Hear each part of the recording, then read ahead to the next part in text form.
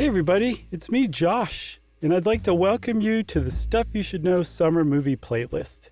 It's summertime, and we thought what better way to kick off one of the 4 greatest seasons of the year with a focus on movies, because what screams summer more than a nice, darkened, cool, air-conditioned theater and a great movie playing right in front of you. So we're going to start the whole thing off with our July 2010 episode on What's the Deal with Bond? James Bond. Hope you enjoy. Welcome to Stuff You Should Know from HowStuffWorks.com.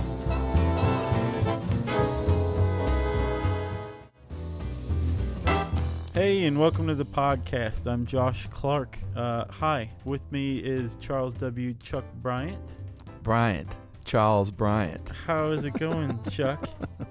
It's an odd way to introduce yourself, don't you think? Not if you're a super spy. Are you a super spy? Actually, I wouldn't say James Bond was even a spy. Secret Service? Is that a spy, really? No, he was an assassin and just general plot disruptor, I would say. He was a blunt instrument of the crown. Yeah, if you wanted the job done and you couldn't, if you didn't have time to worry about, the politics or, the diplomacy, that kind of thing, you sent James Bond. Yeah, get JB on the phone, 007. Yeah. He'll take care of business like Elvis. You could call him on his car phone long before any car had a phone. Yeah. All right? Oh, yeah, he was always predating technology. Yeah, as a matter of fact, there's a James Bond theory of entrepreneurial innovation. I believe that. In From Russia with Love, 1963, he talked. I can't remember who he talked to, but he was in his car using the phone. Yeah. That was in his car, and audiences went nuts for it. Oh, yeah. They were like, oh, my God, he's on the telephone. Right. In a car. But that's what they sounded like in England, though. Oh, yeah. Well, sure. Possibly Ghana. Right. So, Josh, where do we start here? We can't not start with Ian Fleming. Ian Fleming. That's where we got to start. Let's do it. No, there was a colon after that. Oh, Ian Fleming, was, as everyone knows, and if you didn't, you need to get out from under your rock that you reside in right now, the creator of James Bond. Right. In novel form. He was also originally a journalist and a stockbroker. Yeah. And World War II starts to come around, and he joins the Naval Volunteer... Royal Navy. Uh-huh. And he was actually, Chuck, did you know, assigned as a spy himself in Washington, D.C.? Yeah, sort of a spy, you could call it. He was in intelligence, and he would occasionally he was an administrative guy, but sometimes they would send him out to do field work where he would take secret pictures of documents, just like in the movies. Do you know who was assigned to his spy unit? James Bond. Oh, yeah? No. Well, the guy who was the inspiration for James Bond, his name was William Stevenson, a.k.a. Intrepid, right? Yeah, one of many inspirations. Right, but in an interview in the Times in 1962, Fleming said, James Bond is this romanticized version of a spy. Bill Stevenson is the real thing. Right. Well, romanticized version of himself. To an extent, sure. Yeah. Another member of that spy ring was a guy named Roald Dahl, who wrote James and the Giant Peach and Charlie and the Chocolate Factory. Yeah, and a bunch of body books. Right. He also had the non-children's books that were a little racier. Yes. Not many people know that. So, Chuck, let's talk a little bit more about Ian Fleming. Like, give it to us, buddy. Yeah, I mean, he, like I said, he sort of based James Bond on kind of, I think, who he wanted to be. He was a playboy. He was an island hopper. An adventurer. An adventurer, a skier. He dove with Jacques Cousteau and, snow skied from the tops of mountains in Switzerland and had a place in Jamaica where he actually wrote all these books. Right. He named the place Goldeneye. And every year he would go to Jamaica and write a book. And I just want to dig him up and throttle him for that. Because, I mean, what a life. Yeah. You know? Yeah. Oh, it's time for me to go to my estate in Jamaica and write a book that's going to just make me millions more. Yeah, which he did. And he reportedly picked the name James Bond because he wanted the most boring name he could find for his super secret agent. I think he didn't want the name to compete with the actual character. Like, why bother giving him some fancy name? Just name him James Bond and have him kick butt. Right. You know what the opposite of that is? Hacksaw Jim Duggan. Yeah. He should have named him that. Yeah. Well, then it would have competed with the character. Duggan. Hacksaw Jim Duggan. Right. I could hear that. So, yeah, he wrote... see, the article says 13 novels. Well, he wrote 13 books. I got 14. What's the 14th? Well, I've got 12 novels plus 2 short story collections. Right. For Your Eyes Only, Uh-huh. and Octopussy and the Living Daylights was another collection. Right. So it seems like it'd be easier to find this out, but I literally saw 2 different sets of information. Huh. So are we going to go with 14 because you are quite the sniffer? Let's go with 14 total. Okay. 12 novels. All right. But he wrote, I think he wrote the novels first, maybe? Or did he write the short story books like in between? Yeah, they were in between. They were toward the end. Okay. But when he was getting fat and lazy in Jamaica. Yeah. Interestingly, though, or maybe it's not that interesting, they made the movies way out of order. Yeah, they did. Dr. No was the first film, but that was the 6th novel. Right, but did you know that they originally, the people who made the official Bond movies, originally wanted to make Thunderball? Thunderball was a story that Ian Fleming came up with another guy who wanted the rights to make a movie out of it. Oh, really? That fell through, but Ian Fleming went ahead and wrote the story anyway that they come up with as Thunderball. The guy sued his pants off and actually gained the rights to the book Thunderball, which tied it up and made them opt for Dr. No to go first instead. There was a lot of litigation over the years in the Bond franchise. Yes, there was. I guess when you have a franchise that long and that vast, there's going to be people suing people over something. Well, plus it's legendary. He's a legendary character, and he's made a lot of money for a lot of people. Absolutely. The other interesting thing I thought just before we move on was that Moonraker was written in 1955. That was the 3rd novel. That is insightful. And, of course, there wasn't a space shuttle. Like, they changed the setting and all that stuff. Mm-hmm. But it did involve, like, a nuclear weapon. So, kind of odd. And Man with the Golden Gun, which was the Roger Moore's 2nd film, was the final novel. And it was released after his death. Huh. So it was way out of order. And in that one, he predicted Hervé Villachet, which nobody saw coming except Ian Fleming. Yeah. You're right, yeah. It's weird. Let's talk about James Bond a little bit, okay. Chuck. The character James Bond. So it turns out James Bond had a Scottish father, which he didn't originally. No, that came about because of Sean Connery. Yeah, Ian Fleming was not a big fan of Sean Connery. At first, and then Sean Connery was like, check this out. And he made one peck go up while the other went down a bunch of times. And Ian Fleming just like clapped and squealed, and that was that, right? Right. He was a big fan, and he said, you know what, you are James Bond. And he actually went back and changed James Bond's history to kind of match Sean Connery a little bit because he came to see, like, this guy is Bond, right? Yeah. So he gave James Bond a Scottish father. Andrew. And a Swiss mother. Monique Delacroix. And nice. Yeah. And they both died mountain climbing, right? Yes, when little James was 11 years old. And he went to the orphanage. And he went to an orphanage. He was supposedly born on November 11th, 1920. But there are different accounts of his birthday and when he was born.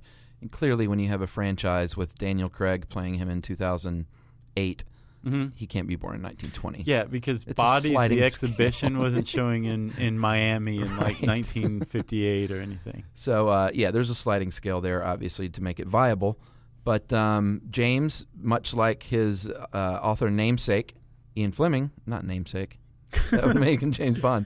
Much like the author Ian Fleming went to the Royal Navy in World War II, rose to the rank of commander. Yes. After the war, that's when he entered the SIS, known as MI6. Right, which is the 6th branch of the Military Intelligence Directorate. You got that, buddy. Right, and his first 2 assignments, Chuck, were 2 taps. weren't they? Assassinations right off the bat. So that's apparently you have to kill 2 people to get a 00 status, which is the license to kill, and he got them, like you say, right off the bat. Yeah, and he was the 7th dude to get him, so that's where 007 comes from. Right. The 7th agent. I shouldn't say dude, because were there female agents? Yeah, there were female agents. Okay. I'm pretty sure. And we should probably take the time here to explain. I like James Bond. I know that you like James Bond movies too. Is this the disclaimer? Yeah. We're going to get killed here. We are not members of James Bond fandom, I would say. Right? I mean, I've seen all the movies, but no, I haven't studied the books. I've never read any of the books. I don't think I've seen all the movies. Yeah. And but I do like them in a very recreational manner. So, that being said, we are not going to get every single thing right here. Right. We are going to walk right past information that we just don't know exists. Yeah. So, in a very friendly manner, if there is anything that you have to say that can round this podcast out even further, the more we love knowing new things. So please let us know, I guess is what we're saying, right? Oh, they'll let us know. They will. Except for the 3 dudes that just turned it off and went, well, they have no business even attempting this thing. Right. And then they go give us a 1-star rating on iTunes. So back to Bond. He, as we all know, is a sharp dresser, and he loves fast cars. He loves his martini, shaken, not stirred. He loves women. Yeah, and do you know if you shake a martini instead of stirring it, you pretty much ruin it? I disagree. I shake all my martinis. Dude. How does it ruin it? It feathers it, I think. What does that mean? It means it's screwed up. What does that mean? I like a good dirty martini myself. Oh, you like them dirty? Oh, yeah. Gross. Jared just said word. I like my martinis so light, it's basically just a vodka rocks. So you just like the vermouth bottle just waved near the glass? Pretty much. I like just a little vermouth, little olive juice, but no olive. No olive juice. I'll put 3 olives in usually. Really? Yeah. All right. But then I eat them so fast that they have no time to taint the martini. Well, that's why you're not a super spy. No. So, Josh, James Bond, a couple of the other traits we should just mention. He is a martial artist. He's a gifted man with his fist and feet. Right. Or if you're Roger Moore, a karate chop. Yeah. He loved the karate chop. Oh, yeah. That was a big deal in the 70s. And he famously carried a Walter PPK handgun, 32 caliber. Yeah. And that's a little guy. Have you ever seen him? Oh, yeah. They're small. And I've played GoldenEye, and I've played... Best game I guess ever. I just played GoldenEye. It is a great game. Yeah, and they're bringing that back for Wii. I've heard. Matt Frederick of Coolest Stuff on the Planet told us that they are bringing that back because it's still sort of the standard for first-person shooters, like 15 years on. Yeah. It's still a great game, so they're bringing it back as is, like completely as it was, but with better graphics. That's going to be fantastic. For the Wii. Yeah. Pretty exciting. Back to the real life? Yes. Of the fake life of James Bond. That's what we should have titled this podcast. The real life of the fake life? Yeah. How about, let's talk about some of the enemies. Dr. No, he was the first one to appear in the films. Dr. Julius No. Right. He's an atomic scientist. Yeah, he was clearly, Joseph Wiseman played him, and he was a great, great villain. Goldfinger, you can't talk about Bond without talking about Goldfinger. Yeah. He was, you don't like him? No, not really. I was a big Goldfinger guy. Were you? He tried to laser the crotch of James Bond. Oh, yeah, that's right. Pretty hardcore. Yeah. It's like Max Scorpio. What's that? In that Simpsons where Homer ends up going to work for the supervillain. Right. Yeah. He's like, no, Mr. Bond, I expect you to die and be a very cheap funeral. Odd Job was one of my favorite. He was one of Goldman's henchmen, the big I loved him too, yeah. Asian guy with the bowler hat that he could cut like the head off a statue. Yeah, with his hat. Huge. Yeah, very big dude. Yeah. Jaws, we grew up with Roger Moore, so you can't not talk about Jaws. No, he was great too. He was in 2 of them, right? He was in Moonraker and The Spy Who Loved Me. I thought he might have been more than that, but he definitely... No, I looked it up. He was only in 2. 2, really? God, he made quite an impression. Yeah, he did. He found the girlfriend in Moonraker, I think, right? Yeah, he falls in love or something. Yeah, the little, like, nerdy girl. Yeah. And then he pops up again in Happy Gilmore. Was he in that? Yeah. I didn't see that. Yeah, he was Happy Gilmore's boss, like, on the construction site, and he ends up becoming a fan. And wow. Did he have the teeth? No, he didn't have the teeth. Just for the movie. But he was a big guy. Yes. Lately, we've had more recent villains that I don't think the new villains compare, personally. No, they kind of come and go. There's like in Casino Royale. Yeah, I mean they're okay, but they're all. all. Tell you who the villain was. Yeah, that like they're all decent, but they're not like iconic characters like they used to be. Right, like Blofeld. Yeah, well, Blofeld was the sort of legendary. I don't know how many movies he was in, but he was played by like Telly Savalas, Donald Pleasance. Yeah, Donald Pleasance was my favorite version. Yeah, he was good. And Max von Sydow played him, I think, in Never Say Never Again, maybe. Nice. Max von Sydow, he's a class act. Yeah, what did I watch the other day? Oh, Shutter Island. He's in that, and I leaned over to Emily. I was like, I want to see Max von Sydow play like a kindly grandfather in a movie. I don't think he can pull it off. Anytime that dude pops up in the movie, you're like, oh, well, he's the evildoer. Right. He's the villain. Or so you think until Shutter Island falls apart at the end. Don't ruin it. Yeah.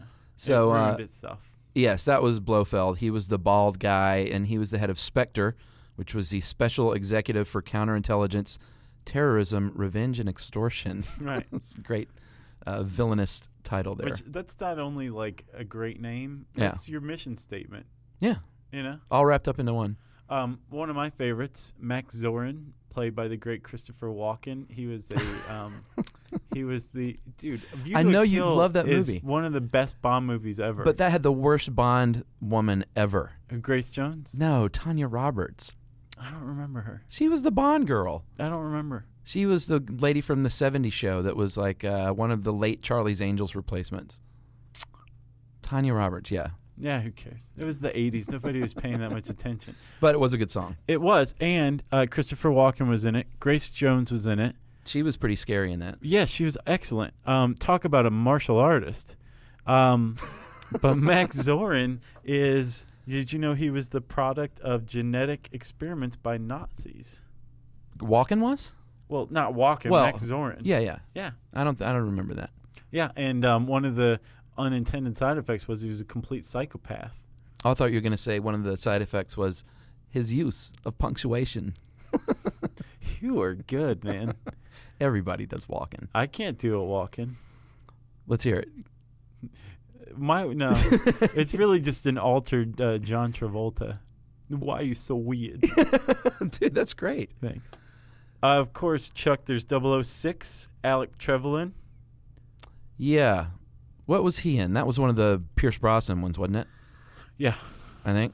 Yeah, which I don't remember those. I love Pierce Brosnan. He was good. The fact that he wasn't James Bond earlier, he's like, oh yeah, you're gonna cast Timothy Dalton, are you? Well, I'll go be Remington Steele, jerks. Yeah. And then they tried to get him again, right? I think so. And he was committed to Remington Steele, yeah, which was sort of like James Bond for TV. Oh, so did he do Remington Steele first? Oh yeah, he did Remington Steele. It goes back and forth. There was Timothy Dalton was offered the role before Roger Moore. Did you know that? No, I didn't. When he was 21 years old, really, he was going to replace Sean Connery. Wow. And Dalton said, "I'm too young to play James Bond," and then he comes around years later, wow, just like Brosnan did. Okay, but I am glad that Pierce Brosnan went in. I just happen to think that his period of movies were unfortunate. I thought they were pretty good. I didn't like them. No? I'm really happy with Daniel Craig's stuff so far. Well, my statement on that is that was the only direction they could take that franchise. After the Jason Bourne movies, you couldn't have a guy winking at the camera like Roger Moore and slapstick sounds and sound effects. You had to take him in a real bad direction. Yes. And you mean Simo Haya bad. Yeah. So 006, Alec Trevelyan, I think he informs the character Alex Krycek from X-Files. You think so, huh? Very nice, Josh. Thanks. All right, so those are some of the villains. Clearly not all, but we should also talk about some of the people that James Bond had working on his side at MI6. All right, which we will call from here on out the superfluous characters. No, dude, they're great.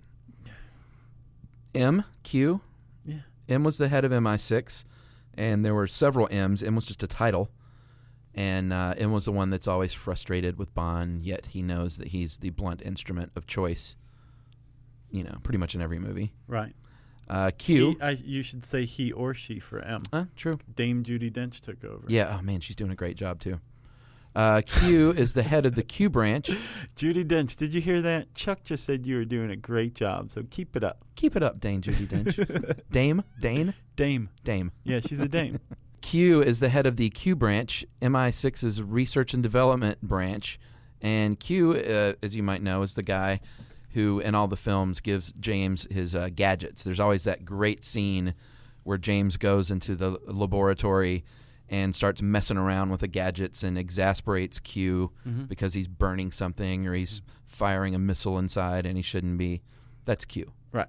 And he's now been replaced by his former assistant, R. Right. Now, is R John Cleese? Yeah. Yeah, he's doing a good job. But he's the new Q. He just used to be R. Well, because Q died. Right. Llewellyn? Yes, Chuck. That was the actor that played the original Q. Is that Right. Or the Roger Moore Q that I loved. Right. Who else we got? Felix Leiter, who I like. Jack Lord, Jeffrey Wright, both played him. Oh, yeah? CIA agent. Uh-huh. And then there's another guy named Wade. Well, is he CIA? Yeah. I thought they said they didn't know if he was DEA or CIA. He was around before the DEA was. Was he? Yeah. All right. And then you've got, I think Jack Wade is his name, and he was actually played by a couple people, including Joe Don Baker in the Pierce Brosnan ones. Yeah, yeah. He had a couple of American counterparts. That's a good point.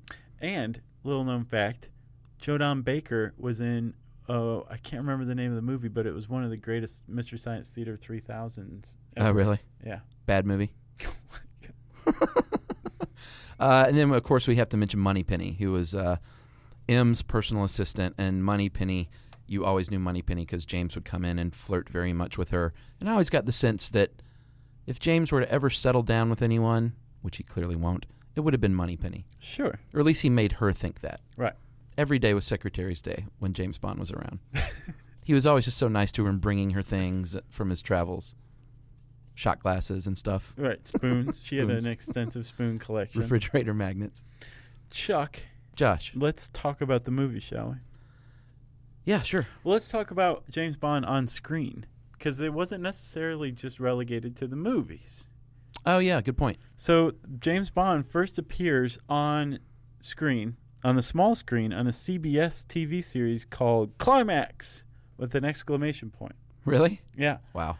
And he was first played by a guy named Barry Nelson. And Barry Nelson, you may recognize as Mr. Ullman, the manager of the Overlook in Kubrick's The Shining, who tells Jack Torrance the ropes. That's the first guy to ever play James Bond. Wow. Yeah. Was he English? No. American? Yeah, CBS TV series. So we've had a Scotsman, quite a few Englishmen, an American, and an Australian. Dane. And what? What do you mean Australian? I mean someone from Australia. Oh. That was George Lazenby, who was Australian. Was it? You know what happened to him? Well, he wasn't much of an actor. Well, it wasn't just that. He, after the success of his Bond movie, I mean, he played James Bond, and it was, filmed and produced and released. On Her Majesty's Secret Service. Right. Was the movie. He was like, holy cow, I'm James Bond, and I'm going to buy a boat and sail around the world for a while. And he came back, and his star had already faded because he did one thing, and that was that. Oh, really? Yeah. Huh. He kind of blew it. He wasn't much of an actor either. It wasn't just that. It was... Yeah. It was a combination of those two things. He was a bad dude, though. Like, he got the role, apparently, because he impressed Ian Fleming because he had a faux fight scene with a wrestler for his audition, and he actually punched the guy. Wow. Like, got mad and punched him, and Fleming's like, this is our dude. Wow. Yeah, because Fleming wrote the Bond character as much darker. Yeah, the novel character, for sure. Like, Roger Moore took it in a very... awful direction. Specific direction, that was not the least bit like how Ian Fleming had written them. You're the ultimate Roger Moore apologist. I love Roger Moore. He's good in The Saint, and that's why he got the role, I think. Okay. The TV show The Saint. Sure. It's a good one. All right, so Chuck, let's get back to the beginning again. So we talked about Barry Nelson, and on the big screen, the first Bond ever was Sean Connery, right? In yeah, Dr. well, No. they did a pilot, though, on TV as well. That's the Barry Nelson one. Oh, it was called Casino Royale, though, no? Right, it was based on Casino Royale for gotcha. Climax. Okay, which I think that. You know how they used to do like they would have the name of the series, but then there'd be like different like Wonderful World of Disney. Yeah. It was like the name of the series, but then there were different like documentaries or cartoons or whatever. Okay. I think it was like that. And that flopped and it got canceled. They didn't know what they were doing with TV back in the day. They had no idea. Yeah. So, yeah, you're right. Dr. No was the first film in 1962, and there's been 22 in total. No? Yes. And we're waiting, and that's official Bond films because they parodied him in other things. Woody Allen played him, for heaven's sake. Yeah. And in the parody he did of Casino Royale. Yeah. There's also an unofficial Bond film with an official Bond, right? Let's hear it. Never Say Never Again. Yeah, that was Connery's. That was also fraught with lawsuits as well. Do you know that was based on the Thunderball lawsuit? Yeah, they remade Thunderball. Right. And they named it Never Say Never Again because Connery had said after 1971 that he'd never play Bond again. Yeah. Because he played Bond, for the first, 6 movies? Something like that? 1, 2, 3, 4, 5, and then George Lazenby. Then he came back and did Diamonds Are Forever. And then after that came Roger Moore. Yes. And then Roger Moore had a pretty good run. He did. So Sean Connery stops playing Bond. George Lazenby comes along, does it once, leaves. Sean Connery has to come back another time. After Sean Connery, they get Roger Moore. In the midst of Roger Moore's run, Sean Connery makes another Bond film. That's when we were kids, too. 12 years after the last one he'd made. Yeah. Right? And, Kim Basinger was the Bond chick in that one. Yes, she was. And they called it Never Say Never Again because he'd said that he would never play Bond again. Never, Trebek. That's what he said. Right. Timothy Dalton. I guess we might as well venture into his years. Yeah, I saw those when they first came out, in the theaters, and I didn't think anything of them. I don't know if they were over my head or whatever, but I didn't like them. They were pretty good. Living Daylights and License to Kill. They were both. Are they good? Really? Yeah, I mean, they were. It was definitely a more novelistic Bond. He was darker and a little more bad dude. Mm-hmm. And that, I mean, it might have had something to do with it was coming off the heels of Roger Moore and his vaudeville act that he brought to Bond. And Dalton had a 2-picture run and then was replaced by who everyone thought should have been Bond before Dalton, Pierce Brosnan, for 1, 2, 3, 4 films. Right. And then they went the inevitable direction with a blonde Bond with Daniel Craig. Is that inevitable, you think? Well, I meant the inevitable way of making him a tough dude. But yeah, his blondness was not inevitable. You make fun of Roger Moore, but he had a 7-picture stint as James Bond. Yeah, I mean, and that was our childhood. Trust me, dude, at the time, I loved it. But then when I got older, I revisited all of the Sean Connerys, and then I saw the butt-kickingness of Timothy Dalton and now Daniel Craig, and now I'm kind of like, Roger Moore was kind of a joke to me. No? You still stand by it? I do. All right. I like Roger Moore. Sam Neill was considered at one point. I could see him as James Bond. Yeah, he wouldn't have been bad. He was great in Dead Calm. Yeah, that was a good movie. I don't know that this even qualifies as a podcast. People are going to be like, wow, you guys are just kind of chit-chatting. Chuck, there's also theories, tons of them. Best one, actually the only one I could find really, is the codename theory. Have you heard this? I have not. Cracked got a lot of publicity for it by it's a fan theory that basically says James Bond is it's a name that goes along with 007, and each actor was playing an actual different person who had assumed this undercover name, James Bond. Really? Which explains the changes in personality. Yeah. It explains why Sean Connery was so suave and Roger Moore was so goofy. Sure. It explains why Daniel Craig and Timothy Dalton were so violent. Right. It explains a lot of stuff, actually. It explains George Lazenby's departure because his wife, the only time James Bond has ever been married, died in that one on Her Majesty's Secret Service. Yeah, he had a wife. Most people don't know that. And she was killed by Blofeld. Uh-huh. Right? Yeah. So he leaves after that. That explains that, right? Absolutely. There's actually holes in that theory. Do you know them? I know a couple. Like, for example, George Lazenby recognized gadgets that were debuted during Sean Connery's tenure. Oh, right. If he was a new person, it would be new to him. He'd be like, what's his dart gun? Right. Exactly. Right. And I think The Spy Who Loved Me, Roger Moore is recognized from his college days at Cambridge as James Bond, which would mean that he was using the name before then. but it's still a pretty cool theory. If you want any cool theory shot down, I recommend you go to commanderbond.net, mi6.co.uk, or jamesbondwiki.com. Those are some good sites. I'm going to retract my Roger Moore bashing a little bit. Okay. I actually liked like 4 out of 7 of his films. Okay, see? So you're right. Sometimes I forget about the awesomeness of Live and Let Die and Man with a Golden Gun, For Your Eyes Only. Those are all pretty good. It was like Octopussy. Moonraker was really silly. Does not age well at all. And View to a Kill, I just can't get behind that one. View to a Kill is awesome. What about The Spy Who Loved Me? That's the one with the Great underwater lotus sun. Yeah, great movie. And I have one last fact. Are you ready? Oh, yeah. The legendary Bond co-producer, Albert Cubby Broccoli. Yeah. His family invented broccoli. They crossed cauliflower with rabe and invented broccoli, and he actually left the family farm to go to Hollywood to pursue his fortune when he was like 18. Are you making this up? I am not. He invented broccoli? His family did. His parents, grandparents. That's a pretty good fact. Broccoli. Very cool. Good for him. They're in trouble now, though, because MGM is in trouble. Yeah, but they're saying like it's just a blip on the radar. If you listen to anybody who's attached to the Bond 23 Oh, it'll happen at project, some point, but it's they're being like, this is fine. Yeah, it's being delayed big time though because MGM's and over their heads financially. If you know anything about MGM, if you're an insider at MGM, we want to hear from you. Let us know what's going on with Bond. That's funny.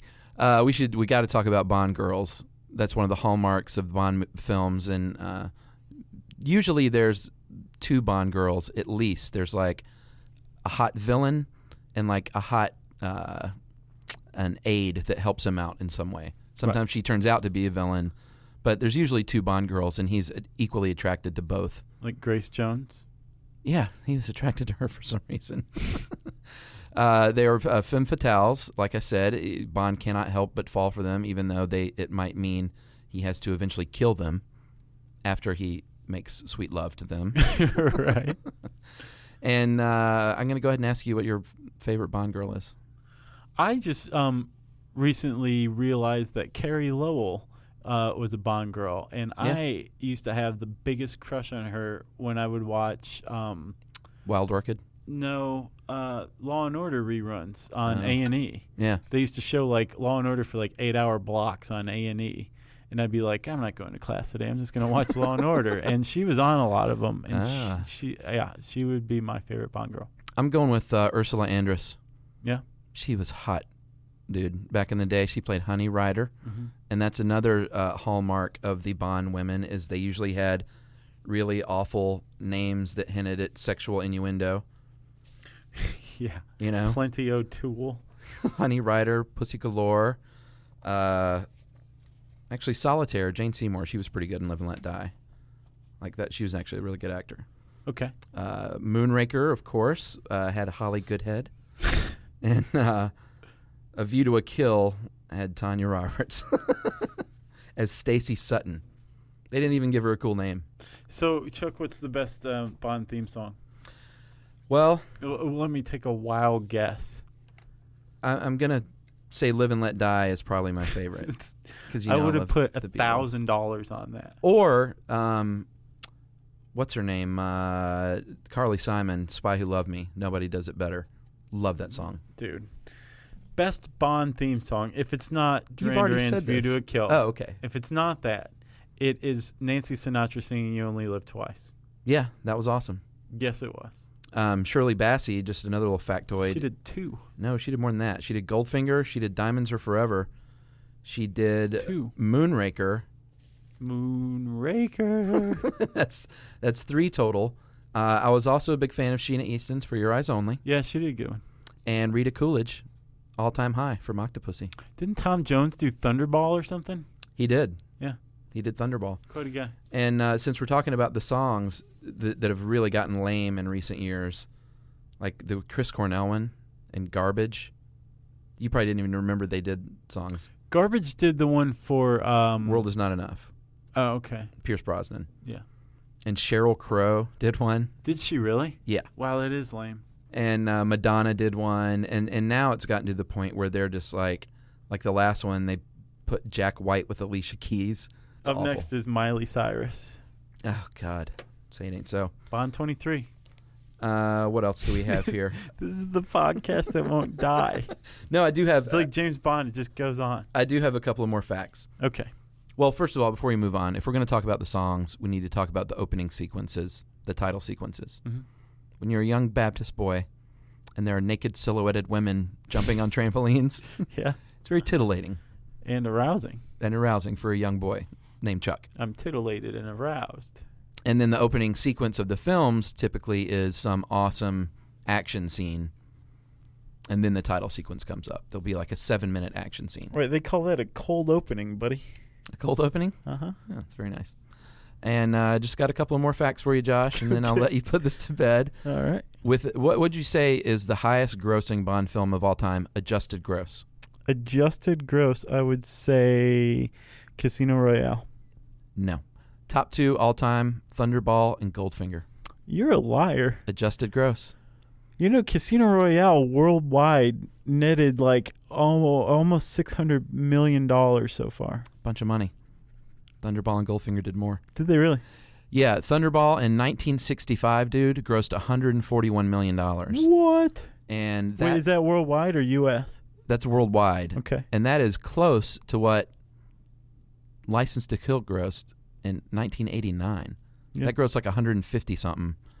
And Thunderball, 30 years more, grossed $141 million. Right, but what I'm saying is Casino Royale grossed $600 million. Well, I mean, yeah. That's not an adjusted gross, though. You can't compare $1965. I see. You're figuring inflation in. Yeah, that's why it's called an adjusted gross. And that's about it. I mean, we could say the cars he used real quickly. The Aston Martin, obviously. My favorite is the Lotus. The Lotus, the Alfa Romeo, and then that new Audi that's pretty cool. Do you like the Audi? Yeah, I mean, it looks awesome. Okay. But I do miss the Lotus and the fact that it could also be a submarine. Right. And lastly, Chuck, I would like to say to all the kids of our generation, if you ever noticed a similarity between Inspector Gadget and James Bond, you were dead on. Yeah. You think so? Yeah. All right. So that's about it. If you want to know more about James Bond, like I said, there are at least three really good websites for all things Bond fandom. You can check out our website by typing James Bond. Brings up a bunch of stuff in the handy search bar. And now, if you can believe it, it is time for listener mail. Yes, Josh. I'm going to call this samurai stuff from Thomas. Guys, I'm a total samurai geek. I practice Japanese sword-based martial arts, kendo, and aikido. I've read all this material about samurai, and your podcast was a very good introduction, and I thank you for it. However, I'm kind of surprised you did not mention the greatest samurai of all time, Miyamoto Musashi. This guy was the epitome of everything samurai were supposed to be: a dedicated servant, a poet, a painter, a calligrapher, a philosopher, a general, and an all-round butt-kicking killer. Not only did he write the Book of Five Rings, he also killed 60 men in single combat before age 40, not to mention all the guys he killed in warfare. At one point in your podcast, you talked about the wooden katana called bokung in Japanese. Yes, it was a practice sword, Josh, but it was also a weapon in its own right. Because Japan is such a wet climate, swords were sometimes destroyed by rust. Bokken were cheap and easy to replace, and Musashi was famous for winning some of his greatest battles with the wooden sword. Ow. I know. Can you imagine, dude? Ow. Yeah. Getting smacked to death. Well, he says instead of cutting someone's heads off, he would brain them, which I guess means... like you crack their skull open. Yeah, until their brains come out.